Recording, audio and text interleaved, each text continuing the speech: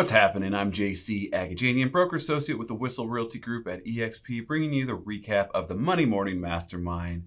As we do every week, it's a group of high-producing agents getting together to discuss once a week how we can improve our production. And today we have three great topics, questions that were posed to the group, and then, of course, broken down and discussed amongst all the experienced agents on the Zoom. So today we're going to talk about systemizing your referral requests. Of course, we all think to ask for referrals from time to time, but who of us has an actual system created in order to get these referrals on a repetitive basis going forward?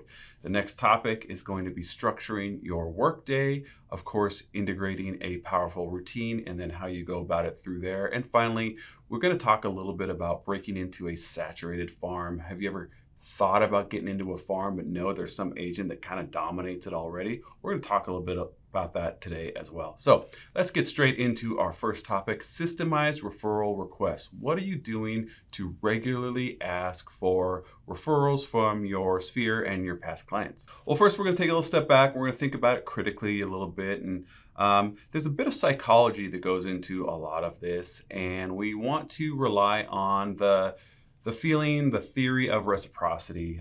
When do our clients really need us to perform the most, the best, the most reliably?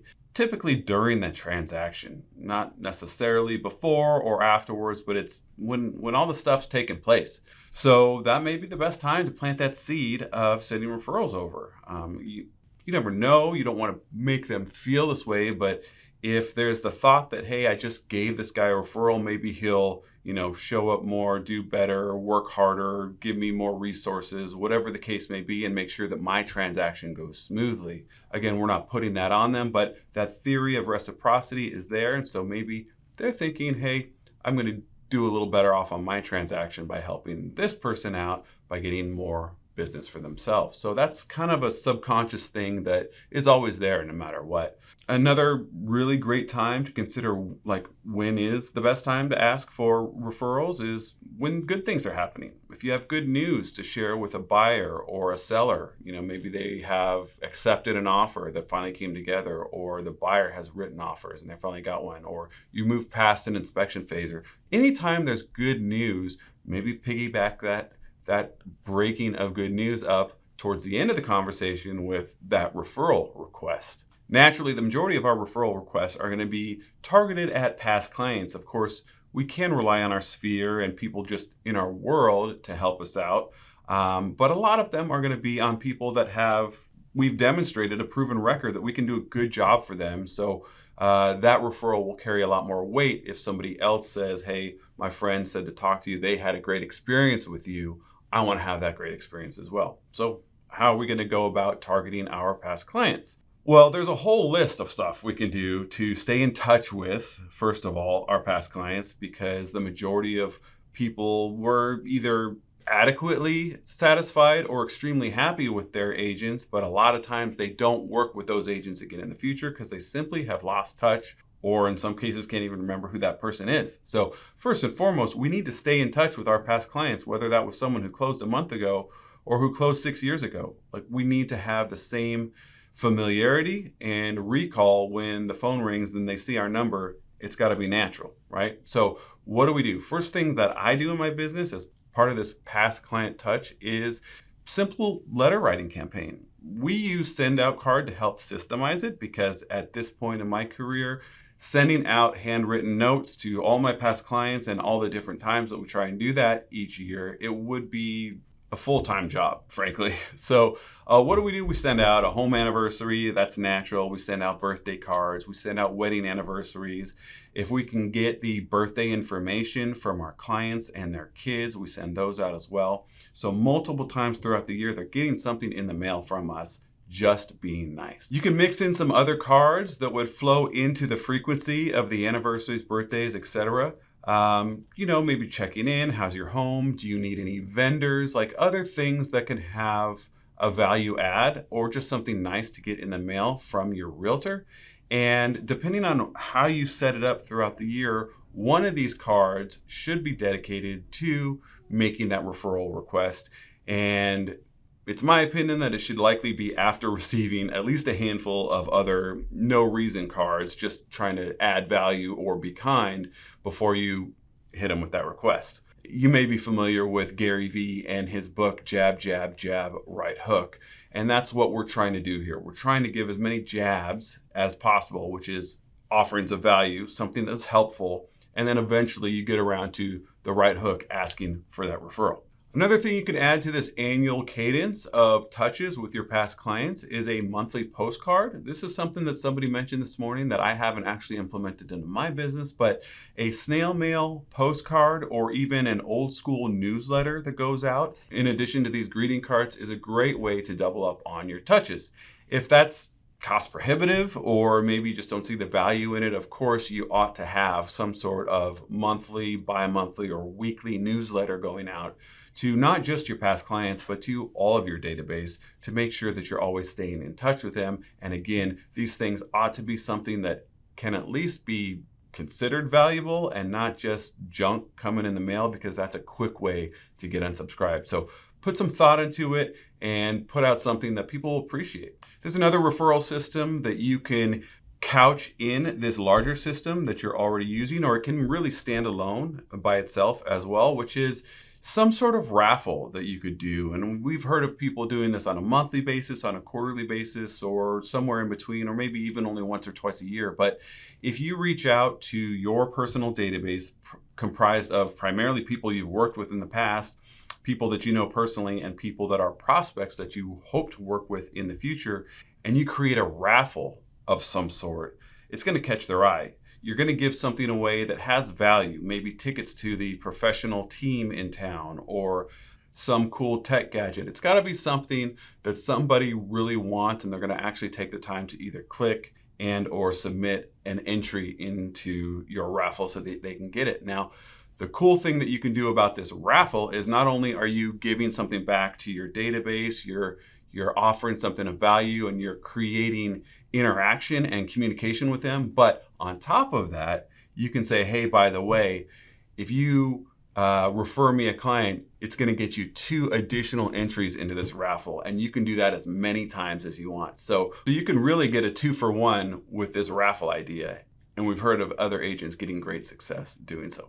Another way we stay in touch with our past clients is live events. We actually throw a quarterly event 4 times a year, inviting people to come out and do something fun, whether it's seeing a movie or getting a photo taken with Santa or coming to a party or getting some food at a big summertime barbecue. We've got lots of ideas and lots of things we've done in the past, and they're great ways to give back to our clients, past clients, and sphere. However, you can double down on this one as well by adding that referral request to the tail end of your event invitation. Of course, we're going to recommend some sort of line, maybe put in your email signature. That's very common. You've likely seen tons of agents have some referral request in the bottom of their email signature, but it just makes sense to remind people we always need to be meeting new people. Going back to our initial thought of the concept of people maybe being more front of mind when they're literally in a transaction or shopping for properties, getting ready to be in a transaction, we want to have the concept of referring us to friends and family on the forefront of their mind. And there's different ways we can go about this. We don't need to be as blunt and straightforward about it all the time. Like, for example, maybe you are showing properties and you're meeting clients in front of the home, or maybe you're fidgeting with the box to try and get it open. You could always just mention to them like, hey, if you guys ever want, you're more than welcome to bring friends or family on these home tours with us. I welcome you to share this experience with those closest to you, and we are more than happy to have them come along with us. And that makes our clients feel a little bit more comfortable. It allows them to get feedback from someone else besides the realtor, who, even though we have gained some trust with them and they've agreed to move forward through the process with us, there's a good chance they might know their friend a little bit better than us and might want their opinion as well. Not only does this help them, but it also helps us because now we are actively creating new relationships through our clients, and who knows, maybe that person may be the next one motivated to get out and buy a home of their own as well. In the spirit of trying to systemize this process and not have to just remember to do it at the appropriate time, We remember that a lot of you have either a personal assistant or in some cases a whole admin staff. And sometimes your assistant or maybe somebody that you have on your team may actually speak on the phone more often to your clients than you do. That if you're busy and you're running a team, or even if you are working with maybe a showing agent and a listing coordinator, and you're not the first point of contact for every problem that comes up, it's important to train them up on how to execute on these referral requests as well. So how do we do that? How can we help someone who's not a trained salesperson to frankly do a little bit of selling, right? They're not always the most comfortable conversations, and if they're not the type of people to pick up the phone and dial for a couple hours on your behalf, this may be uncomfortable for them. So what can we do? Well, here's a great way to do it. Of course, you want to rehearse it and coach it a little bit, but something to the effect of, hey, you know what? JC and I were just talking about you this morning, and he asked me if you might know anybody else who's considering selling or buying their home right now. Do you know anyone like that? So now you're actually, as the admin, putting it on the team leader, and it's not as uncomfortable for them, and it's a much easier way for them to go about it. And there's a good chance that they'll have a name for you to pass on and get started working with. Another group of people that we often forget to even talk about this at all with is our vendors. Whether it's someone we work with all the time, like an escrow or title rep, or someone you give regular business to, like a termite company rep, or maybe a roofer or handyman, make a point of connecting with these people at least on an annual basis, and see how you can help them. Like, what can I do to help you grow your business this year? This is the stuff I study all the time, and there's a good chance I can help you out. Take the feedback, see what you can do to help them. Most cases, it's just going to be, can you send me some more clients? And that's what you're doing already. So that's 2 thumbs up, no problem there. But take that feedback, but you're likely to be asked the same thing in return. And this goes back to that sense of reciprocity we talk with clients while they're in the transaction. Well, these are vendors who, when you ask them something, regardless of whether it's a vendor, a client, a friend, no matter who it is, there's a good chance that they're going to ask you the same thing in return. You're hanging out with a friend, how's work been? They're going to eventually get around to what's new with your work, what are you doing? Or you ask them how family's been, they're probably going to eventually ask you how your family's been. So if you're asking vendors how you can help them to have a great year with their business this year, there's a very good chance they're going to turn around and ask you the same thing. And that's when you are queued up to say, you know what? If you can get me 2 people this year who might want to sell or buy their home, I will be ecstatic. And then you instruct how to do it. Set up a group text. If you know someone who might want to sell or buy, send us a group text. We'll be in communication from there, and I'll be extremely grateful. Now think about that. If you actually make an effort of having this type of group meeting with all of them, or an individual lunch, or at least a phone call or Zoom once a year, if you got 20 to 40 vendors giving you 2 leads per year, it's 40 to 80 transactions you'll have a shot at in one single year. It's a big deal. One final tip on when and how to ask for referrals from clients is to simply be opportunistic. So here's a great example. Let's say you're in a listing meeting, you've got a client asking you for a discount on the fee. Well, shoot. Lucky for them, you've got a program in place already just for that. It's a discount program for our sellers. And with every client they refer to us, we're actually willing to give them 1/2 of a percentage point off that listing fee.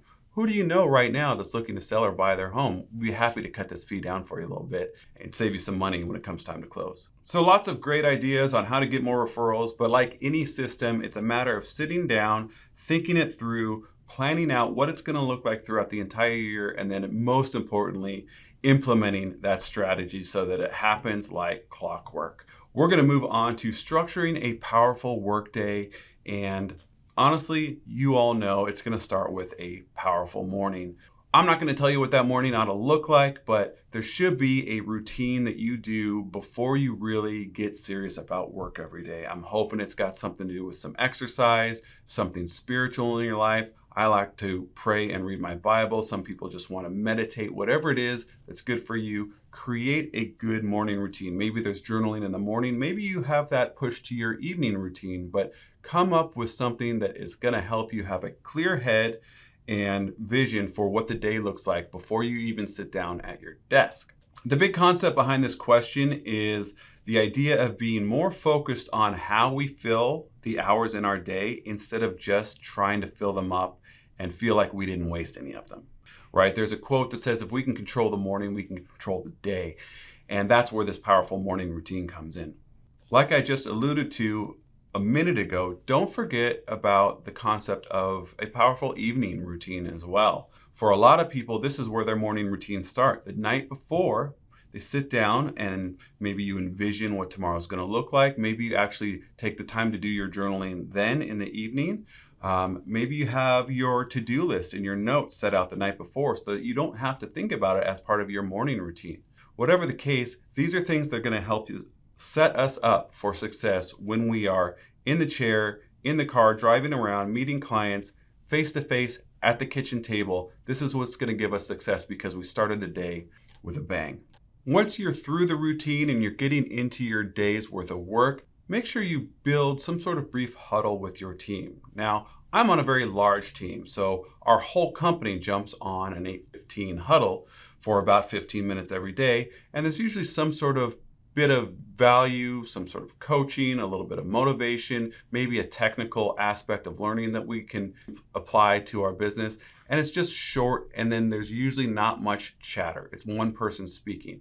If you're not part of a large team, you just have a brief huddle with maybe your assistant. Or if you're a solo agent, grab a coworker or more than one and have an accountability huddle. Share with them what you plan to accomplish for the day, and then sync up either later that evening or again the next day and see, did you do what you said you were going to do? From here, you all know what we're going to talk about next. Of course, it's prospecting. We have got to block out and protect our time for prospecting. That's new leads that we're reaching out to. We also have to block out and protect our time for follow-up, which so easily falls by the wayside because we're always focused on the new shiny object.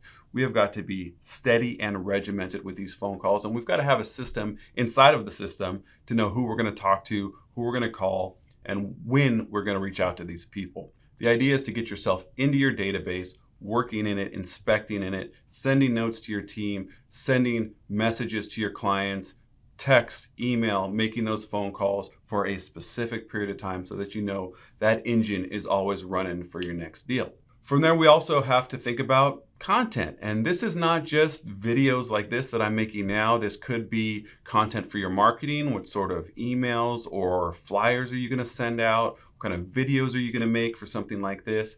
But this is all something that you really can't just let slip away. So that's also got to be put in your calendar, blocked out, and then you got to hold yourself accountable to that calendar every day as well. Direct short form videos are also a great way to reach out to your prospects, your past clients, your sphere, whatever you're trying to accomplish for the day. And it's going to be a little bit separate than the content that we just talked about in your video marketing, right? This is a message that you're sending via video instead of a voicemail drop or a text message. It's just more personable. And if you can get in the habit of using something like BombBomb or some other similar tool to create short videos that you can quickly text or email to somebody, it's going to be way more personable and give you better responses than a quick text message.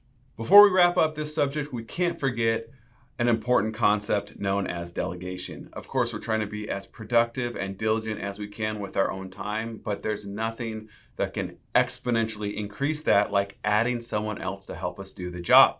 If you're on your own, maybe you have an outsourced vendor or company that helps you with a specific aspect of your business, like marketing or making phone calls or whatever the case may be.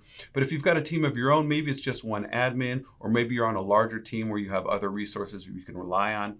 The concept of delegation and getting other people to help do more work on your behalf exponentially increases the amount of output that you're going to be able to do on your own. There's a book called 10x is easier than 2x, and it's the concept that if you're trying to 2x something, theoretically, you could just bear down, grind it out, and really double your efforts to try and get twice the results. But there's no way we can ever do anything like that to try and get 10 times those results. So in order to try and 10x something, we are forced into the concept of delegation and systemization. So keep that in mind, because it really takes it out of our hands and forces us to collaborate with others in order to accomplish this bigger goal. So we're going to leave it right there and move on to the farm talk, breaking into a saturated farm. You've got an area you would love to be the agent people go to sell homes because you've isolated it. Maybe you live there. Maybe you have just recognized that there's a good amount of turnover and the price point is right where you want to be. And so that's what you want to sell. But maybe in this specific scenario, there happens to be someone who just has their face everywhere and seems to get the lion's share of the listings in this area.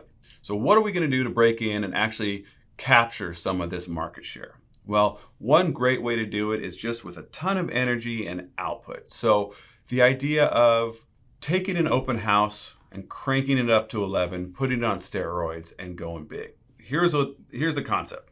Of course, you're going to do a normal open house in this farm, but we're also going to do something very special for the neighbors only.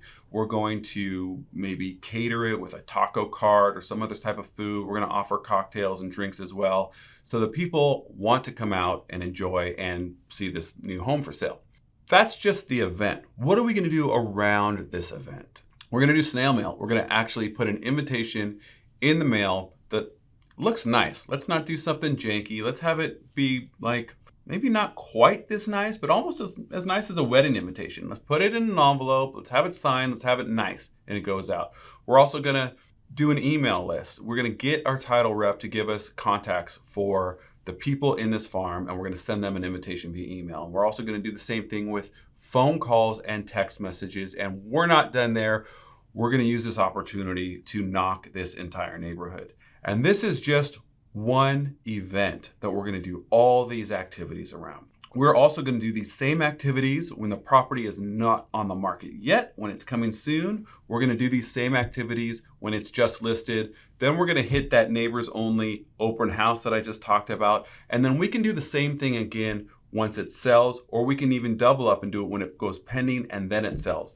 If we are putting all this energy, all this effort, all these phone calls, door knocks into this neighborhood, it's going to take effect. And if we get consistent with it after we do this big initial push, we're going to have a decent right to move into this farm. And whether or not this existing agent that seems to get a lot of market share here is doing all these things will depend on whether they stay the dominant agent in that farm. The Adopt a Buyer program is another great way to break into a farm where it seems as though some other realtor has a lock on the area.